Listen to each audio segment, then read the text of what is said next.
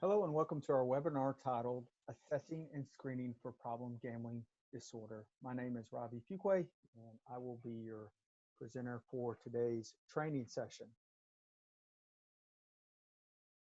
This webinar is actually brought to you by the state of Illinois, and they also sponsor the Illinois Problem Gambling Helpline, which provides crisis counseling and referral services to state-funded and private practice or private practitioners for problem gamblers and their loved ones. I am actually with Morneau Shepell. I'll tell you a little bit about what we do. We actually manage the Illinois Problem Gambling Helpline. A little bit about myself. I'm a licensed clinical social worker, licensed in the great state here of Illinois, and I'm also the training and program manager for our responsible gambling department. I got my master's in social work from Boston College. I have a background in crisis work and addictions. And when I actually started with this company, we were a BDA, and I worked the lines, the problem gambling helplines for the state of Illinois, and I believe it was 7 other states at the line. And now I'm actually, again, the training and program manager for our 211 lines department in responsible gambling. Now, what I would like you to do too, while I'm on this slide, this page, you probably have my contact information, but jot it down real quickly so that if you have any questions regarding this webinar or any upcoming training events that I'm going to brief you on here in a couple of minutes. But if you have any questions about this webinar or any other trainings, please, you can call me, text me, shoot me an email. I'd be happy to talk to you. And my email address is rfuqua@Morneau-Shepell. Now, I've told you a little bit about myself real briefly and my background. What I would like to do now is tell you a little bit about what we're doing here as far as gambling workshops. Right now, we're finishing up our 5-day gambling disorder workshop here in downtown Chicago at the Thompson Center. In fact, we're finishing up tomorrow. It's actually the second 5-day workshop we've conducted this year. Now we're completing another one. We completed another one last month in Springfield, and looking forward, there are plans for 3 classes next year that we're going to be scheduling in 2020. So there's no set dates yet or locations, but as soon as we know, we'll send you out some alerts and let you know when and where those trainings for our 5-day counseling, 5-day core gambling disorder class will be held. And so, yeah, we're excited about that. Now, also a little bit more about what we do. We actually, again, handle the Illinois Problem Gambling Helpline. We provide trainings like this webinar to both providers and retailers. We're handling, I think, 9 different states with the province of Canada, British Columbia now, as far as Problem Gambling Helpline. We also provide prevention programming, research, and white papers, and we work with GameSense and responsible gaming information centers globally. Also, today's call is recorded. It will be available to you. We'll send out an alert and let you know how you can access it to provide this training to you and your staff at later dates. So again, we're recording this. And it will be available to you, and we'll let you know when it will be available and how you can access it in the coming weeks. Okay, now as I indicated, and before I get into the objectives of today, the learning objectives, we are going to be launching 3 poll questions to test your knowledge of the material during the webinar, and we'll have an additional question listed on an evaluation that I'm going to be sending out via email. Now, your participation on the 3 poll questions and evaluations are required for your CEU. Now, also, you've probably noticed you're muted, and we mute everyone to cut down on the chances of background noise. So if you have any questions, if you have any perhaps difficulties, technical difficulties, you can chat me. I'm going to check the chat here in a second, and I'll do my best to answer any and all questions as I progress through the session, but I have a whole lot of information to get through, so what I can do is check the questions afterwards, And if I cannot get to these during the session, we can send these out via email. Okay, so after the webinar, what I'm going to do is I have all your email addresses, everyone who attended. I will send you an evaluation via email. Please complete it, including the webinar question, which is going to be very simple to answer, and return it to me. You can fax it to me, you can email it to me, you can scan it to me, whatever way is best. As soon as I get that and see that you've answered our polling questions, I'll send you back a certificate, and I send the certificates via email. Now, if you would like it snail mail, regular mail, let me know. We can do that as well. So I'm going to check the chat real quick to make sure that we're good to go. Okay, I will try to speak directly into the mic. All right. Okay, I just had a message. So, yep. Okay. So let's talk about learning objectives. Now, the overall purpose of today's call is to familiarize yourselves or ourselves with the screening and assessment tools provided in today's presentation. Now, this follows all the legislation that was recently introduced and passed by the Illinois General Assembly that is set to, one, legalize sports gambling. Also, they're sanctioning 6 additional new casinos in Illinois. They're going to further increase the number of video gambling machines while increasing the maximum bet levels.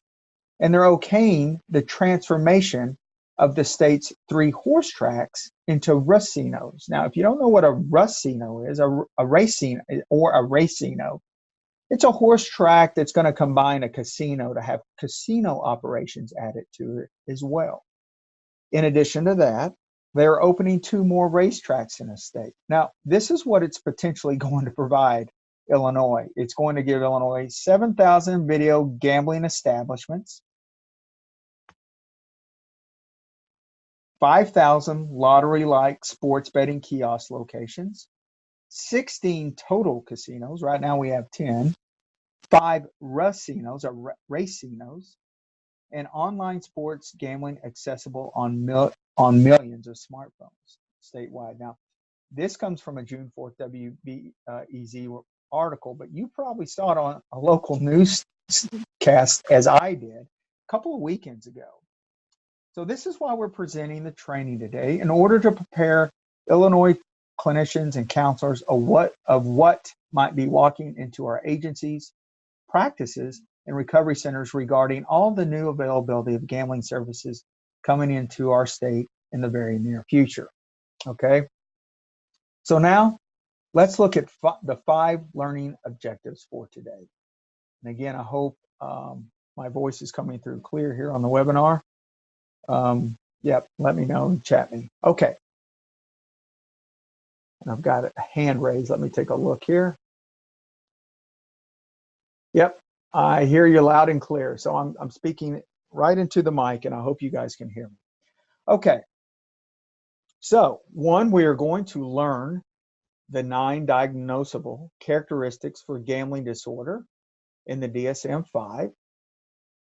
We're going to know 3 levels of severity spectrum for gambling disorder in the DSM-5.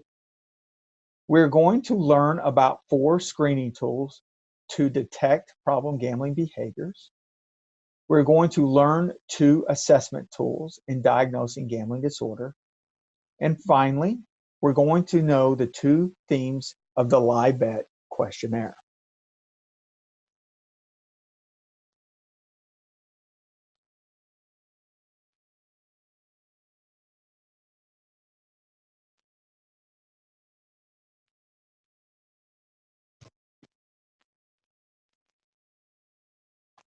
So a couple of things before we get really into the meat of our discussion. First, I want to give you a quick review on our gambling definition.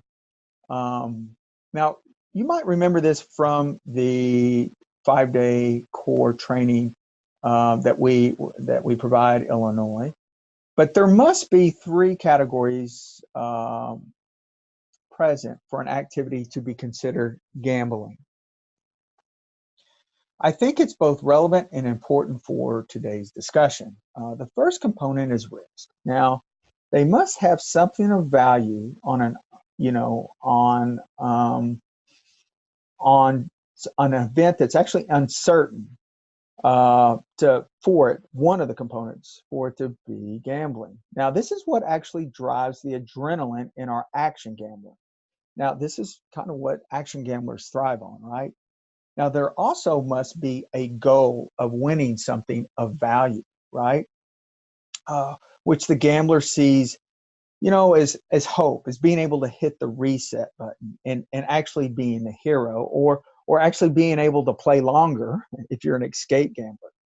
Either way, the third component of our gambling definition provides us hope to problem gamblers, which is a distinction, somewhat of a distinction or difference from substance addictions, which is something that we might want to listen for during the initial screening and assessment processes.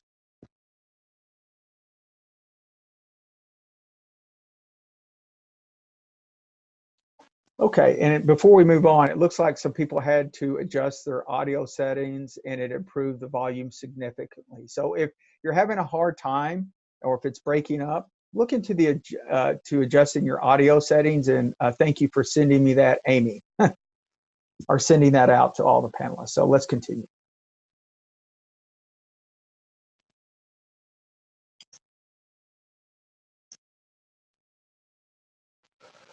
Now, real quickly, I also want to make mention of ASAM criteria and gambling disorder and what it looks like through the lens, starting with the levels of care. Now, unfortunately, right now in Illinois, it's a bit limited beyond outpatient services exclusively that service the problem gamblers, right? I can tell you, and I don't have anything official, but you know, talking to some of the counselors across the state, they're trying to put together some IOP services at some of the agencies. So fingers crossed, right? But I have a sneaking suspicion that we might have some things popping up in the near future with all the availability that's going to be coming our way. But this slide is actually a setup for what I'm going to discuss a little bit more when we're talking about ASAM criteria, right? So the ASAM dimensions kind of dictate on how we're going to place or refer our gamblers to their particular level of care. Now, probably most callers on the line today are familiar with working within these dimensions with substance addictions. But we wanted to take this opportunity to brief you on what problem gambling and gambling disorder looks like when we're assessing through these dimensions, again, for problem gamblers, okay? A lot of there's some similarities when we look at this and how we assess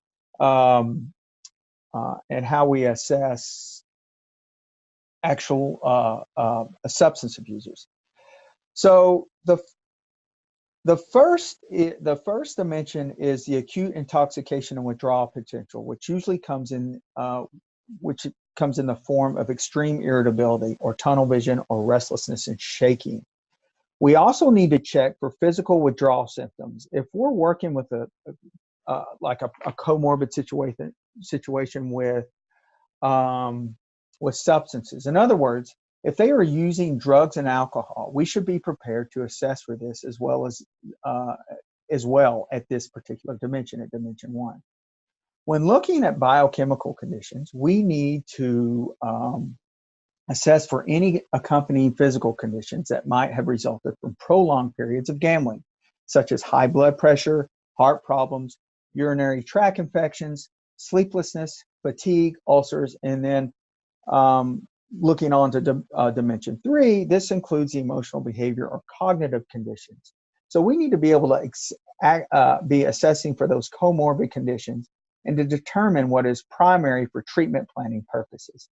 As mentioned earlier, we need to assess for cross addictions such as substances, but we also need to be on the lookout for mood disorders, because when gambling disorder is combined with major depressive disorder or even dysthymia, it can be very dangerous because of the suicide potential. Now, dimension 4 includes assessing for readiness to change, what changes stage they're actually in. Are they in pre-contemplation, contemplation? Are they motivated internally yet, or is it just internal motivation? or excuse me, external motivation. Then criteria 5 covers relapse, continued use, or continued problem potential. And we're going to want to assess for the client's awareness levels regarding their triggers and where they are currently able to cope with them. Now, what is the client's treatment history? Have they relapsed several times in the past, or maybe is this their first stab at recovery? Now, finally, looking into the final criteria in dimension number 6, recovery environment. With a gambler, I think we first need to look at their level of debt and see where they are with it, mentally and emotionally speaking. Have they accepted it? Do they come from a gambling family? Are they supportive? What does the individual's social circles look like and their living environments? And do they live near casinos, racinos, or even convenience stores where they sell scratch-offs, lottery tickets, or have those all too familiar standalone gambling machines? So all of these dimensions should be considered during our assessing phase of the intervention and treatment of gambling disorder. We cover this in our 5-day core training, and I additionally resourced a great write-up online by Dr. David Nee Lee that was very helpful with this particular section. A lot of this we cover in the 5-day as well, but I've cited this at the end of the PowerPoint, and you can feel free to contact me if you'd like a little bit more information on where to access Dr. Lee's article that I accessed for this training today. Okay, so let's move on to DSM-5. I'm going to check the chats. I hope the volume, I hope you guys have been able to make your adjustments, and I hope that everybody's able to see the screen clear. Let me know if you're still having technical difficulties. So let's talk about the DSM-5 as an assessing tool and resource. I think it's a great starting point for this discussion.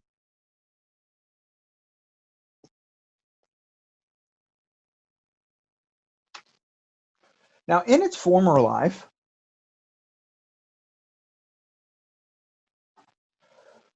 gambling disorder was titled pathological gambling, and it fell under the classification of impulse control disorders, along with intermittent explosive disorder, kleptomania, pyromania, trichomania.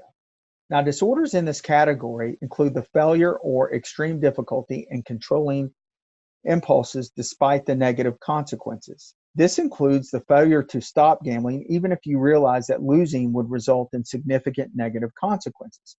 This failure to control impulses also refers to the impulse to engage in violent behavior, sexual behaviors, fire starting, stealing, and self-abusive behaviors. But I think a difference here is when looking at gambling addiction in this category, if you've worked with someone who suffers from either kleptomania or pyromania, for example, the relief from their anxiety or their pain comes after the act, after, with pyromania, after the house is burned down, or with kleptomania, after the socks have been stolen from the department store, right?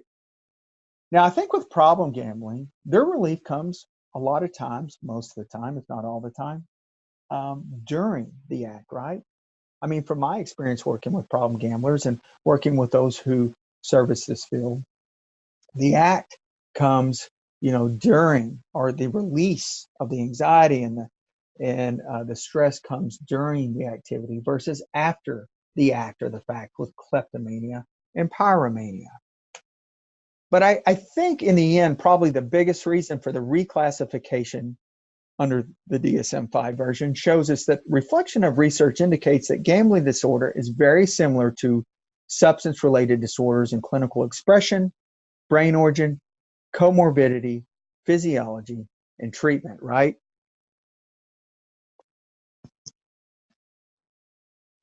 Okay, so now we're going to look at 4 or more of what we need according to the DSM-5. I've received a few chats from you guys. I'm taking a look here. I don't know if you're able to see my screen. I hope you are. But again, there'll be a recorded version, and we'll be able to make that available to you. So, okay, I'm going to go ahead and continue. So according to the DSM-5, we need 4 or more of these, okay? 4 or more of these in order to have an official diagnosis. Now, with preoccupation, they are completely preoccupied with gambling, constantly thinking about it, whether they're at home, work, car, thinking about it when they're gambling, or next, how to get money to gamble. And with increased tolerance, it's very similar to substance abuse, right? Disordered gamblers increase the number and the amount of time that they are actually playing to get the same feeling or rush, right? And constantly, we hear on the helpline, I've tried to stop before, or I've told myself I was going to stop, but I wound up back there anyways. Disordered gamblers also experience withdrawal. Although they are not ingesting a substance, they feel withdrawal from gambling, and it looks like agitation, restlessness, irritability, and anxiety, just as I was saying under the ASM dimensions. Now, escape gamblers, of course, we know that they try to escape um, through gambling. That's why the release comes during the act, right? Now, chasing is a phenomenon that's incredibly common, right, with our gamblers. And most people who play for recreation play a little bit, and if they lose, they're disappointed and walk away. But folks with pathology with this condition, it's hard for them to do that, right? Or it's or impossible. I mean, so they're going to chase their losses, and they're going to chase wins until the end of the earth a lot of times, right? And lying about how long they gamble, lying about how much they gamble. And then also there's the loss of control. Even when there's, even if their spouse says they're going to leave them, it's very, it's very similar to despite consequences with they continue their actions, just like with substances, right? And lastly, receiving bailouts. If they're borrowing from others, credit, payday loan places to get money to gamble or to pay off gambling debts, that's definitely an indicator. And here are the severity levels listed in the DSM-5 for gambling disorder. For if they hit 4 or 5, it's a mild, recorded as a mild, but we have it as low here. 6 to 7 is moderate, and 8 to 9 is severe. So that leads us, or lands us, to our first poll question, okay?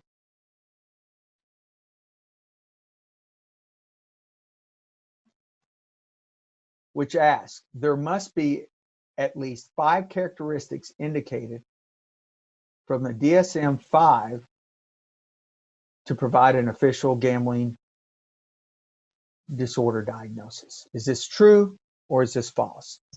I just said it, right? There must be at least 5 characteristics indicated from the DSM in order to provide an official gambling disorder diagnosis. Is this true or is this false? Boy, it's so good to see you guys answering this. I was getting texts that no one could see their screen, so it looks like this has come through for many. So I'm going to wait. We've got about 61% who have voted so far. So the question again is, there must be at least 5 characteristics under the DSM-5 to provide an official gambling disorder diagnosis. Remember the slide I just showed you.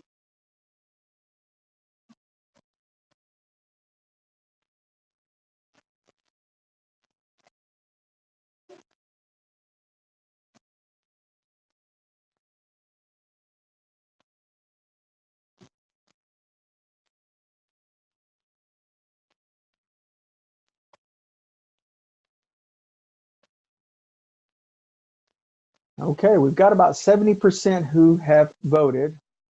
I'm going to give you 40 more seconds.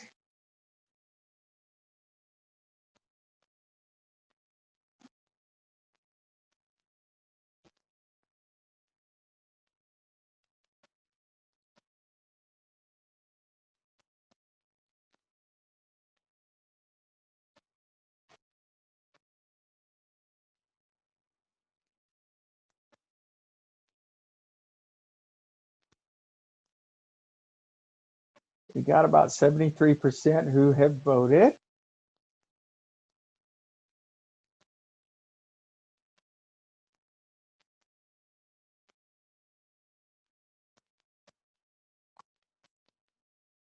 Okay. I'm going to end the poll now. And I know I've got 32 chats now. So but we had 204 who were able to answer the poll. So I apologize. I've got chats on my phone and in the system here, but I've got to continue to move, guys. So, but the answer here was it was false, right?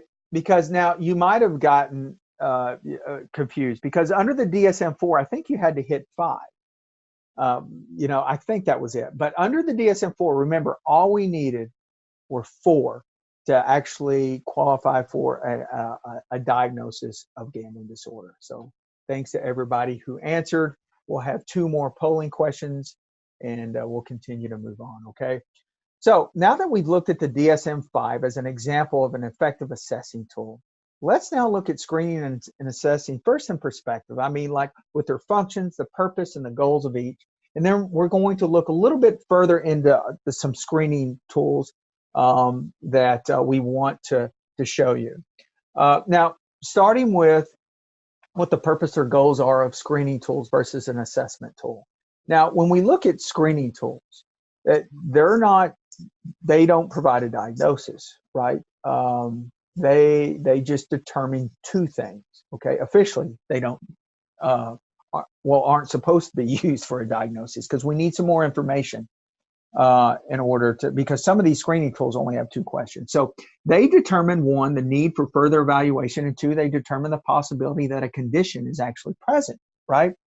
So when we look at assessing, that of course, as we just went over our first assessing tool, it provides a diagnosis, and to provide a diagnosis, as we just said on our asking our polling question, you just need 4 for the 9 characteristics.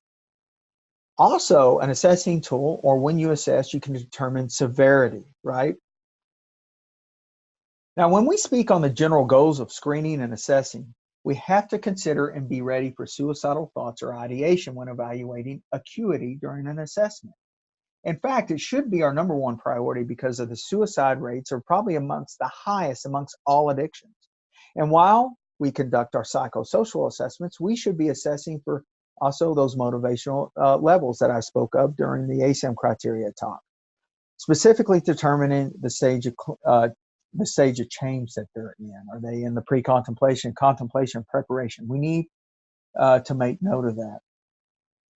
And then finally, as a result of the screening and assessment stages, it's our hope that we've gathered enough information to pull together an effective treatment plan or an effective, or where we feel would be an appropriate level of care referral.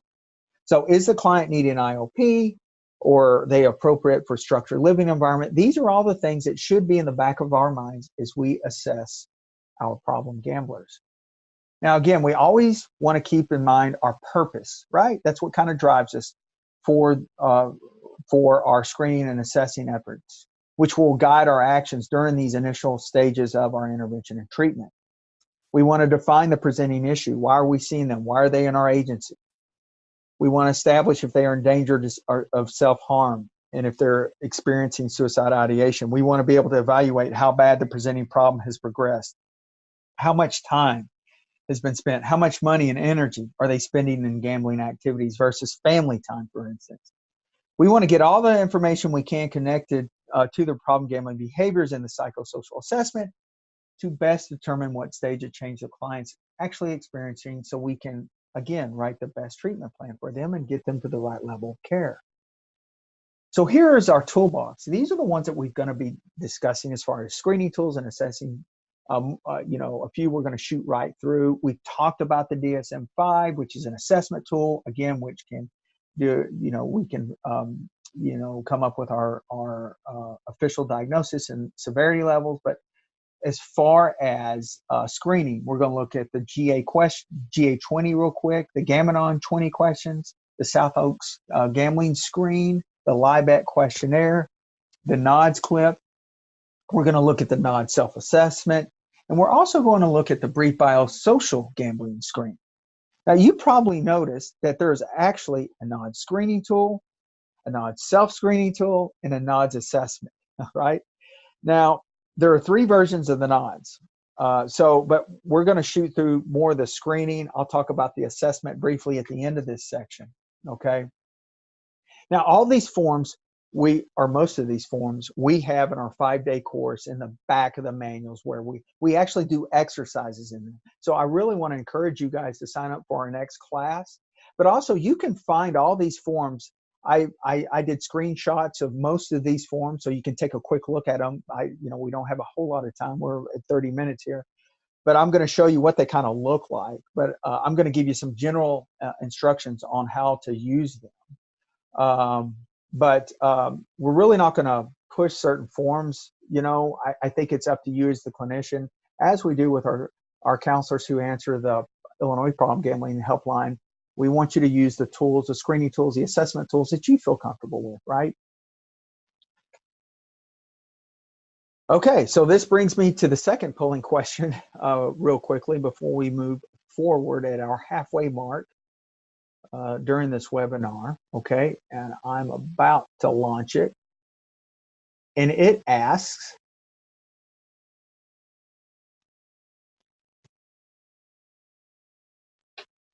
which of the following is true regarding the purpose or purposes of using screening tools? I just, again, went over this slide too, a couple slides ago. Is it A, determines the possibility that a condition is present? Is it B, determines the need for further evaluation? Is it C, both A and B? Or is it D, none of the above? Which of the following is true regarding the purpose or purposes of using screening tools, not assessing tools, screening tools? Is it A, determines possibility that a condition is present? Is it B, determines the need for further evaluation? Is it C, both A and B? Or is it D, none of the above?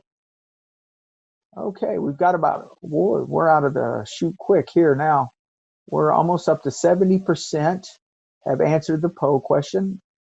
Let's wait we'll give it another 30, 45 seconds.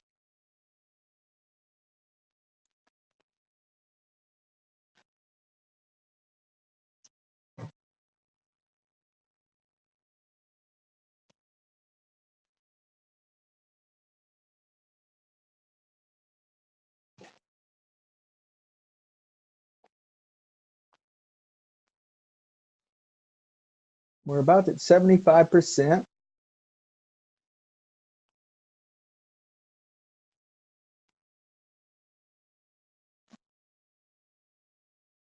I think that's where we were last time. I'm probably going to go ahead and end the poll. 10 more seconds.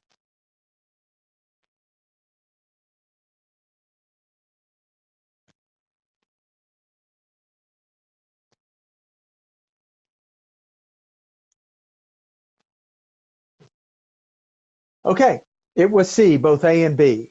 Remember that when we're screening, let me close this, that when we're screening, we're looking to determine the possibility that a condition is present, and B, determine the need for evaluation. Remember, a lot of our screens just have a couple of questions. We can do an informal screen, right, to see if we want to continue and assess. But these are actual official tools, forms, and but there's some more comprehensive forms as well, which the first one could be considered that, which is the SOGS. It was actually the first validated screen for problem gambling. And it's an acronym for South Oaks Gambling Screen, which was developed by Bloom and Dr. Lesor almost 30 plus years ago. I mean, it's still used by many, and I think it's still a great option for clinicians to use to screen, and we use it here on the line as well, to screen callers that contact our helpline. I call it an oldie but a goodie. But please note, I'm not trying to push one or the other of these tools, but this tool is very, it's very thorough. It's comprehensive, and there's 16 total questions. And again, it takes about 20 minutes. It includes several categorical questions to screen for more information about their gambling behaviors that include frequency, type of games played, and who they might have borrowed from in order to pay their debts if this applies to the client as far as bailouts.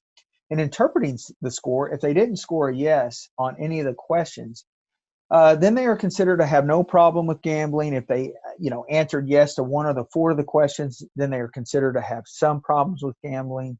And if they scored 5 or more yeses on these questions, then they would be considered a probable, what Dr. Lasore at the time called pathological gambler. Now, please note, it's noted on the SOGS, it's on the scoring key itself, that questions 1, 2, and 3, let me get back here. And here are my screenshots. I'm sorry for the poor quality. But questions 1, 2, 3, 12, and 16J and 16K are not counted. And if you review the questions, you'll see that they're more informational in nature than the screening questions themselves that are counted. So again, the SOGS is considered probably a more comprehensive screening tool. It's a little bit older than the others, but again, I think it's still one that I know we still use and even teach in the 5-day core. And it's just as an option. If you want something a little bit more comprehensive, it can be used. And I'm kind of flipping through on your screen what it looks like. That's question 1 there.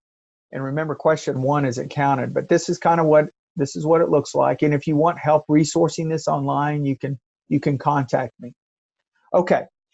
The GA20 and the Gam-Anon 20 were developed by the peer-based groups, Gamblers Anonymous and Gam-Anon, of course, and they're also widely used. They're comprehensive as well because there's 20 questions.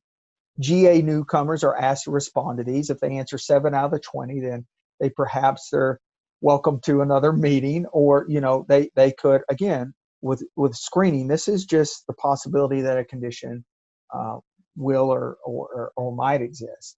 With the Gam-Anon 20, you just need 6 out of the 20 to determine if the loved one, perhaps according to the loved one, has the potential for a gambling disorder diagnosis.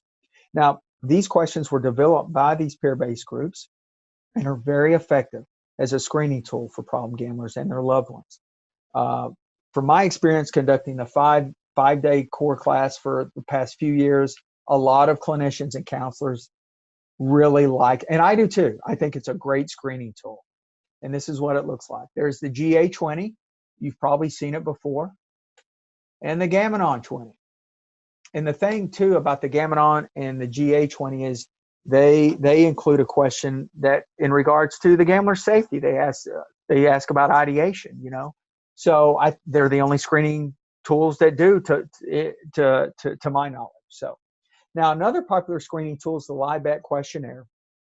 It's very simple and quick to administer, and it focuses on 2 themes, which are loss of control and lying. It asks, have you ever felt the need to bet more and more money? And have you ever had to lie to people important to you about how much you gamble? Now, depending on the case and the client themselves, hey, this can be a very quick and effective tool to determine if further assessment is needed. I mean, think about it. If someone's lying about an activity that they're experiencing a loss of control at, I think it's worth investigating a little further, right? So I remember working the lines. We were taking so many calls at one time. I pretty much knew these 2 questions and they rolled off my tongue pretty quickly.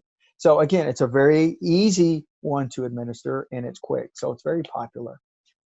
Another short one is the NODS assessment tool. It's an unofficial tool, but it's still a great tool because it asks on the loss of control and lying along with preoccupation, right?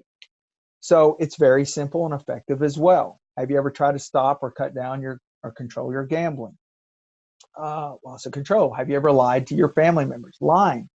Have there ever been periods of lasting 2 weeks or longer when you spend a lot of time thinking about your gambling experiences or planning out future gambling ventures or bets? What is that asking? Of course, it's preoccupation.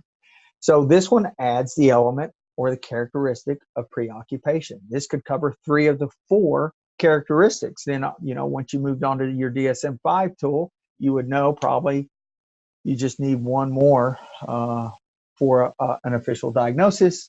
The NODS also offers a self-assessment tool that any individual can administer upon themselves, right? And there's just 10 simple yes/no questions, right? And then there's your score key. 0 yeses, no problem. 1 to 2 is mild.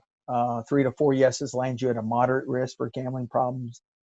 And 5 to 10 yeses indicate that more than likely once we get into the assessment, we're going to probably find that you're going to be that you perhaps might have a clinical diagnosis or a diagnosis of gambling disorder. And this is what the NOD self-assessment looks like. Again, this is another good one. And as we're speaking of self-assessment tools, I also wanted to include this very popular one too. It's a brief biosocial gambling screen. We don't go over this one in the 5-day, but I think this is a great tool. I mean, it's on the NCPG website, and it covers a couple of other areas that the others don't. It does cover lying. It asks, during the past 12 months, have you tried to keep your family or friends from knowing how much you gamble, right?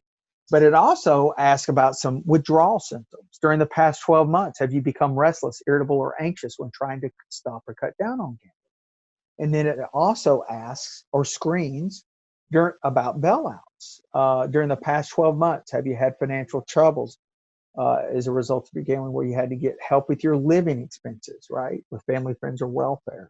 So I think this is a great, quick, easy tool to administer, and it covers a couple of other things that the other two that or other 3 or 4 that I've gone over today does not cover. And finally, the third tool from the NODS family is an assessment tool, which is used to, of course, you can, now this diagnosis would be tied to the DSM-4. So it's a dated one as well. It actually came from Dr. Rachel Volberg's 1999 Impact Commission.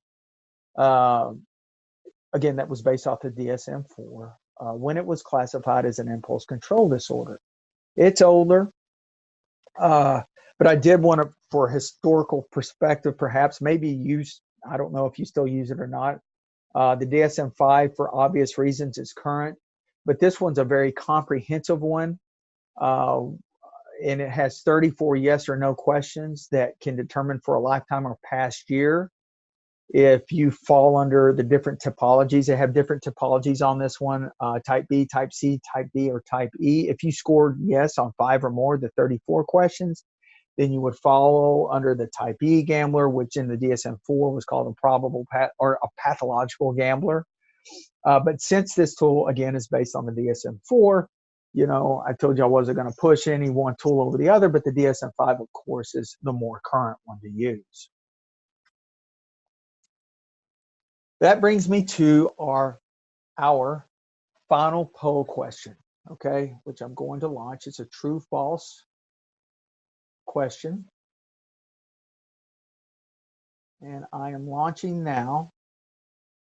The 2 themes of the lie bet questionnaire are losing control and lying. Mark A if that's true, or B if it's false. The 2 themes of the lie bet questionnaire are losing control and lying. Mark A if that's true, or B if that's false. Well, you guys are getting faster. We're up to 130. Yeah. Okay, great. So we're about halfway. I'll give it a minute.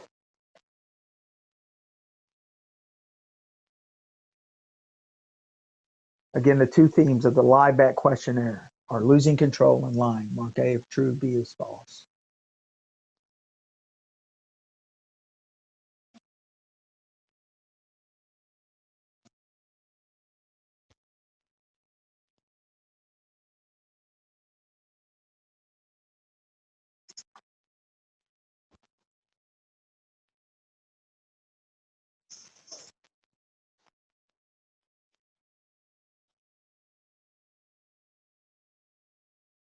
Votes are still coming in. So we have 192 who have 93 who are voting. We're at 71% of the vote, so I'll wait a couple more minutes.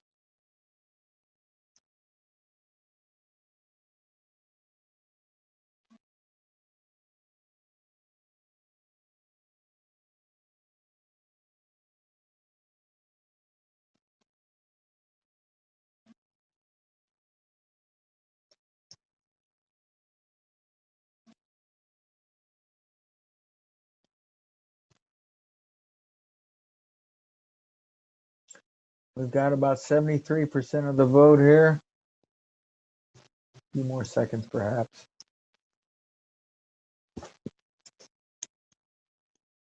Okay, we're close. Okay, if you remember, I'm going to end the poll here, guys. Great job.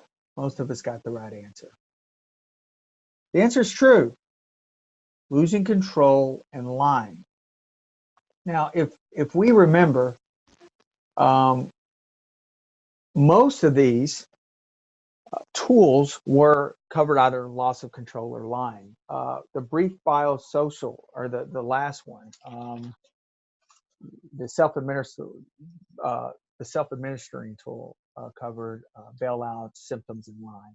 But for the most part, most of them either had losing control or lying. But the first one, the lie bet, had loss of control and lying as the two main themes. Okay, so that's a brief, a brief instruction on how, and you know, we covered, oh gosh, 5 or 6 screening tools, a couple assessment tools. So if you would like help resourcing them, you can contact me. Again, we go over these in the 5-day, and we provide actually samples in the back of our training manuals in the 5-day core class that we offer. So, okay, now I want to talk about suicide money, and I think we want to. The reason I want to talk about this during, you know, our training today on assessing and screening is because these are, as you probably know, very important, dangerous, and distinguishing characteristics that I think we need to be mindful of during the screening and assessing stages for gambling disorder. I mean, I understand, and I'm sure we all understand, that all addictions cost money. And the pain from any addiction can drive its victims to ideation and ultimately suicide attempts. This particular addiction has a direct relationship to money, and the damage and shame it produces makes it a very dangerous condition, I think, that we have to look at during all phases of our interventions and treatments, right? Now, I have brought up this slide before on past webinars, the violence and problem gambling webinar, I think from last year, or a couple years ago. I found these statistics, which are alarming, but I'm going to read through them. 5% of all suicides are related to compulsive gambling, as are 17% of the emergency room admissions. A 2003 study in the Journal of Clinical Psychology found that 4 out of every 10 compulsive gamblers in a gambling treatment program had at least one suicide attempt. A December 1997 journal article on suicide and life-threatening behavior found that in cities where gambling was illegal, and think about what's happening in our state now, Atlantic City, Las Vegas, and Reno, the suicide rate was up to 4 times higher than comparable non-legal gambling cities.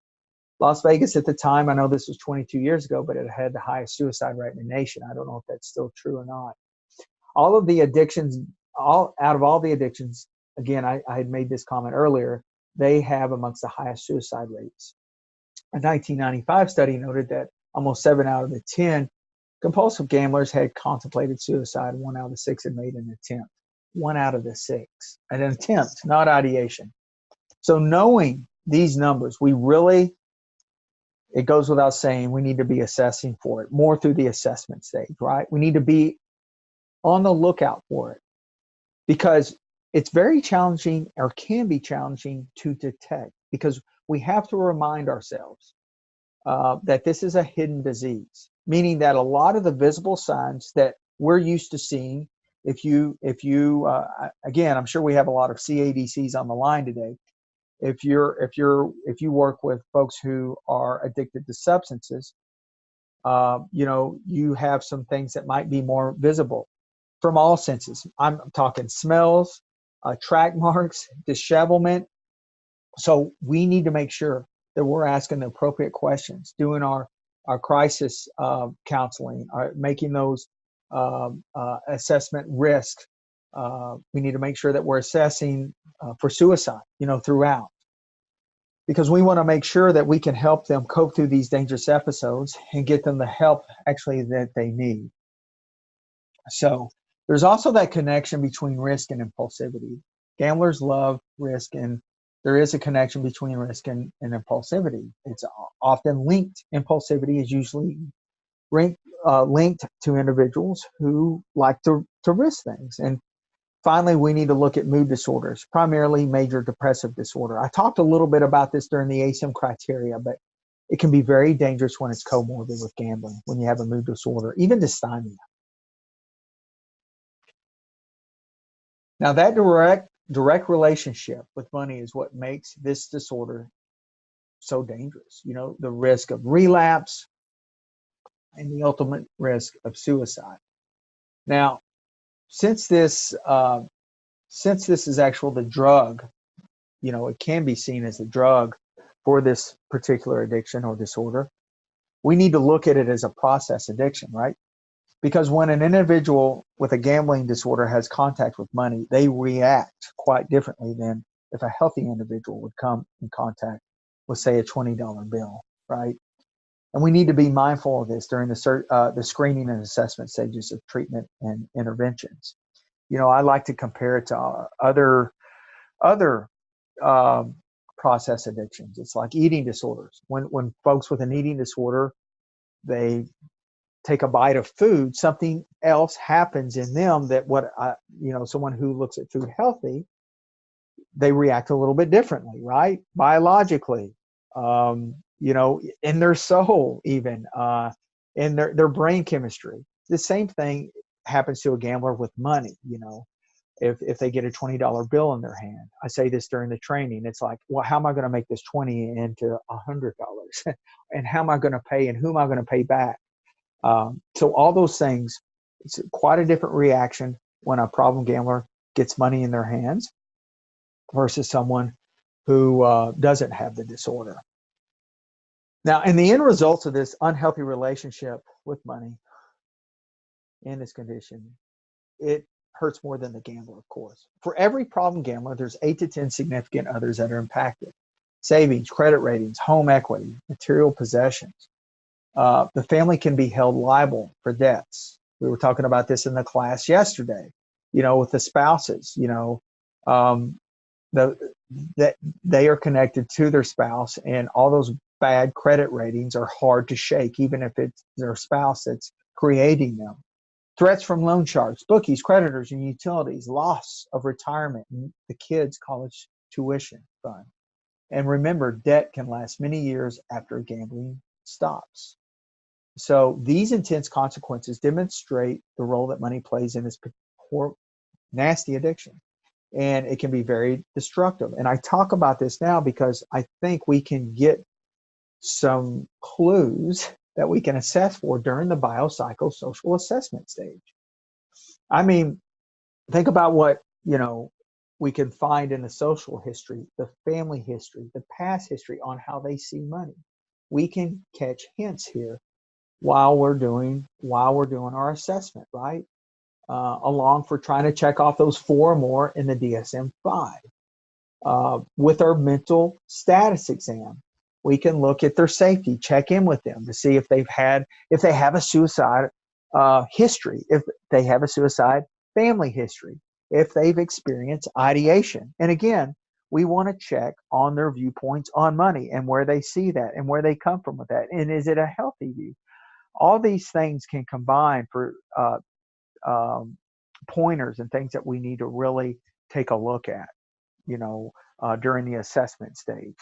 Now, I can tell you too, a talk on debt, a debt can be a big trigger as well, and so we need to be able to remember to ask for debt levels. And I talked about that during the ASAM criteria piece of all this, but debt levels can really be, think about someone who has been perhaps abstinent or in a recovery program for a year, who came in with $100,000 debt.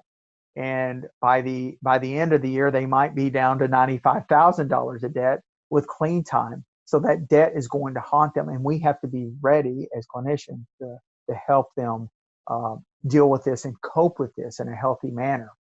A lot of times, and I would even share this with my gamblers, that, hey, look, debt can be repaid. And in fact, a lot of folks in recovery and if you work with gamblers, you know this, a lot of them paid off debt purposelessly, or strategically for the rest of their life, like pay $1 for the rest of their life so that they never forget. So debt is a big issue. The money thing is a big issue, and that's all connection, I believe, to the higher suicide rates with this addiction that we need to be mindful of while we're assessing, right? Because this can lay down the first hints and help us come up with diagnosis and a quality and effective treatment.